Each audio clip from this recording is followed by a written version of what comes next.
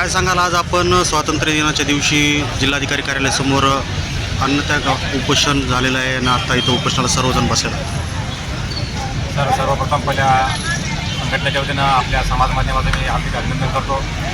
आपल्याला ज्ञात आहे सर, आम्ही मागील 15 वर्षापासून बीड जिल्ह्यातील सर्व कंत्राटी कामगारांना त्यांचे मूलभूत अधिकार आणि न्याय मिळण्यासाठी आम्ही आंदोलन करतो. आंदोलनाच्या वेळेस जिल्हाधिकारी महोदय नवल किशोर राम ते आजचे जिल्हाधिकारी महोदय आदरणीय विवेक जॉन्सन यांनी 2 बैठका घेऊन देखील बीड जिल्ह्यातील सर्व मुख्याधिकारी, नगर परिषद, नगरपंचायत ते किमान वेतन आणि अनुषंगिक लाभ देत नाहीत. इतिवृत्तसुद्धा तयार झालं आहे. परंतु या ठिकाणी मला असं म्हणायचं वाटतं की आजच्या 80व्या स्वातंत्र्य दिनानिमित्त देखील आमचा हा कामगार पारतंत्र्यात आहे का, अशी शंका निर्माण होते. प्रत्येक आंदोलनामध्ये फक्त बैठकीचा फार्स करतात, बैठकीचं इतिवृत्त तयार होते, परंतु मुख्याधिकारी जिल्ह्यातले, नगरपरिषद, नगरपंचायत हे काही कामगारांना न्याय देत नाही. मग मला प्रश्न पडतो की या ठिकाणी जिल्हाधिकारी मोठे आहेत का मुख्याधिकारी मोठे आहेत.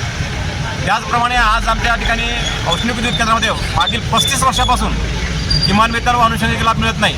त्याचे प्रातिनिधिक उदाहरण म्हणून आमचे वैजनाथ पतंगे ते 15 वर्षापासून तिथं कार्यरत होते, त्यांना किमान वेतन आणि अनुषंगिक लाभ मिळत नाही.